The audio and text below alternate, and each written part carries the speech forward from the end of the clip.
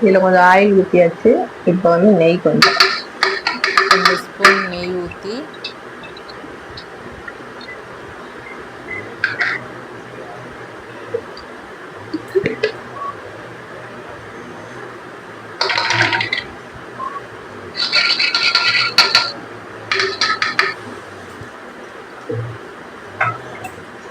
இதில் கொஞ்சம் ஆயிலும் ஊற்றணும்.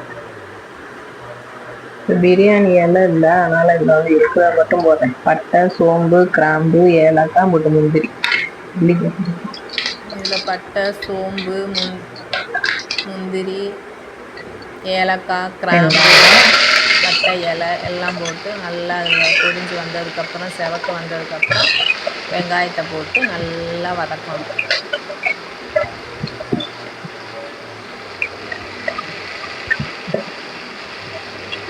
அடுப்பை நல்லா கொஞ்சம் ஏற்றி வச்சுட்டு நல்லா ஃப்ரை பண்ணணும்.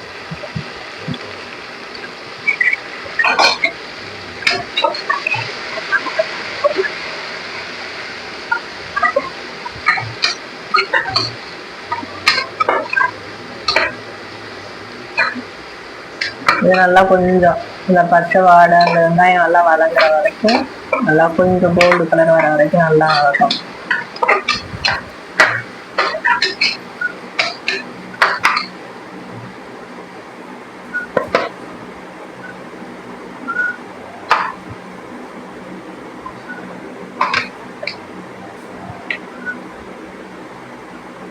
ஆனியன் நல்லா வதங்கிடுச்சு.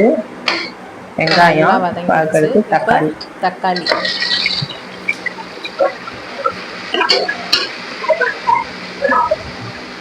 நல்லா தக்காளியை வதக்கிட்டு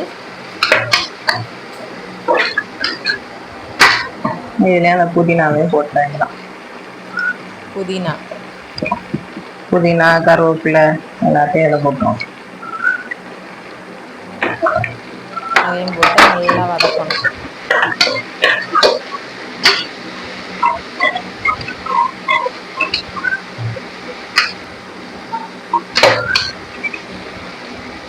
இது நல்லா இப்போ வதங்கட்டும்.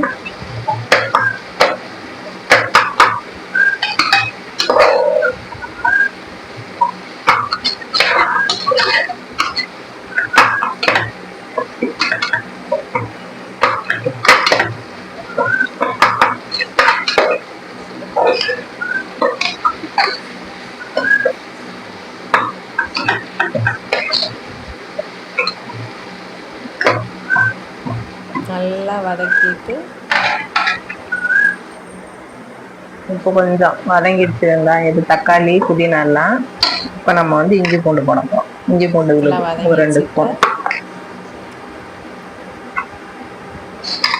நல்லா ஒரு 3 ஸ்பூனுக்கு நல்லா இஞ்சி பூண்டு பேஸ்ட் நல்லா பச்சை வாசனை போகிற வரைக்கும் அதையும் நல்லா வதக்கணும்.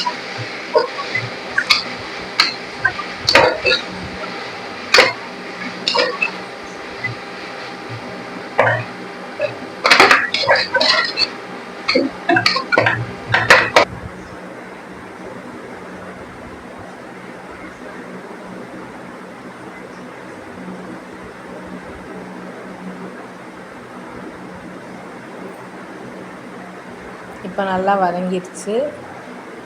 இப்போ ஒரு கொஞ்சோண்டு தயிர்,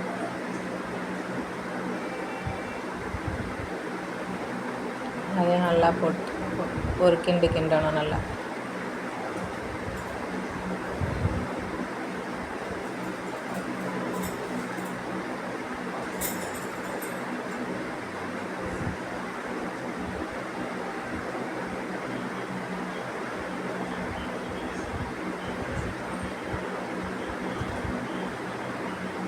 ஒரு 1/2 ஸ்பூன் மல்லிப்பொடி,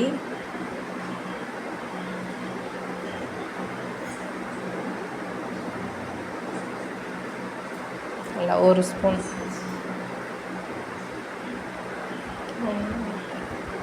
2 ஸ்பூன் மிளகாப்பொடி,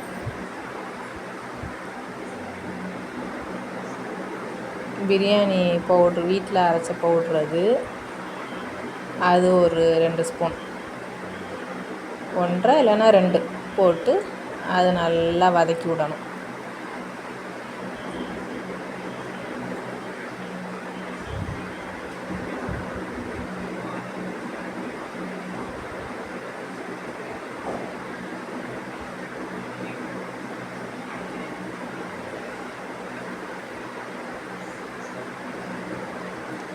இப்போ மஞ்சத்தூள் எல்லாம் போட்டு கழுவி வச்ச சிக்கன் அதில் போட்டு நல்லா தண்ணியை ஃபுல்லாக வடிச்சிட்டு சிக்கன் எல்லாத்தையும் அதில் போட்டுருவோம்.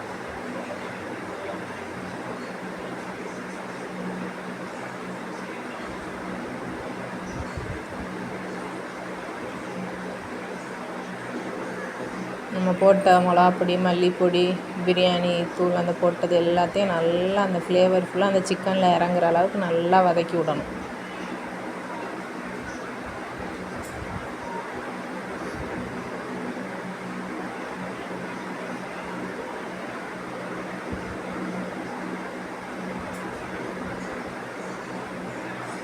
இப்போ இந்த உலக்கில் தான் 2 உலக்கு அரிசி எடுத்திருக்கேன். இது முன்னாடியே வந்து நல்லா ஊற வச்சுட்டேன். நல்லா களைஞ்சி ஊற வச்சு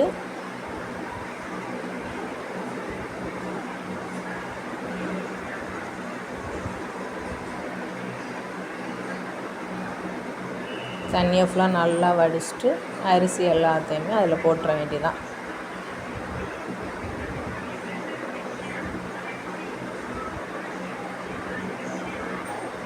இதில் ஒரு உலக்குக்கு 2 டம்ளர் தண்ணி.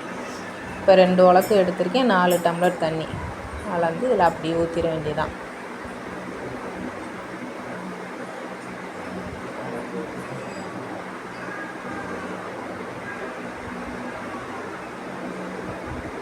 அரிசி உடையாத அளவுக்கு சும்மா அப்படி மேலே அடி கொடுத்து மேலாப்பில் லைட்டாக அப்படி கிண்டி விட்டால் போதும்.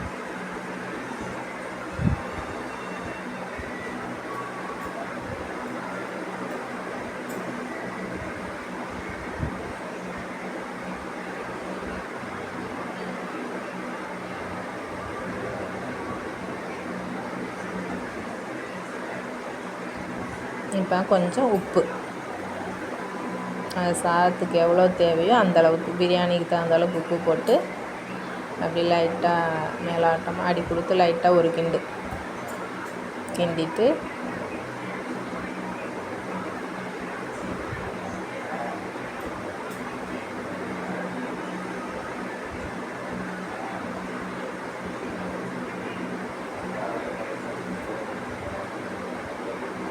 இப்போ விசில் போட்டு மூடி வச்சிட வேண்டியது. ஒரே ஒரு விசில் வந்ததுக்கப்புறம் ஒரு விசில் வந்து முடிஞ்சிருச்சு. அடுப்பை ஆஃப் பண்ணிவிட்டு இப்போ ஓப்பன் பண்ணி பார்ப்போம். நல்லா சூப்பராக வந்திருக்கு பிரியாணி, சிக்கன் பிரியாணி. பாருங்கள், அடி பிடிக்கலை, எதுவுமே செய்யலை, சூப்பராக இருக்குது. அரிசி எல்லாமே உதிரியாக இருக்குது.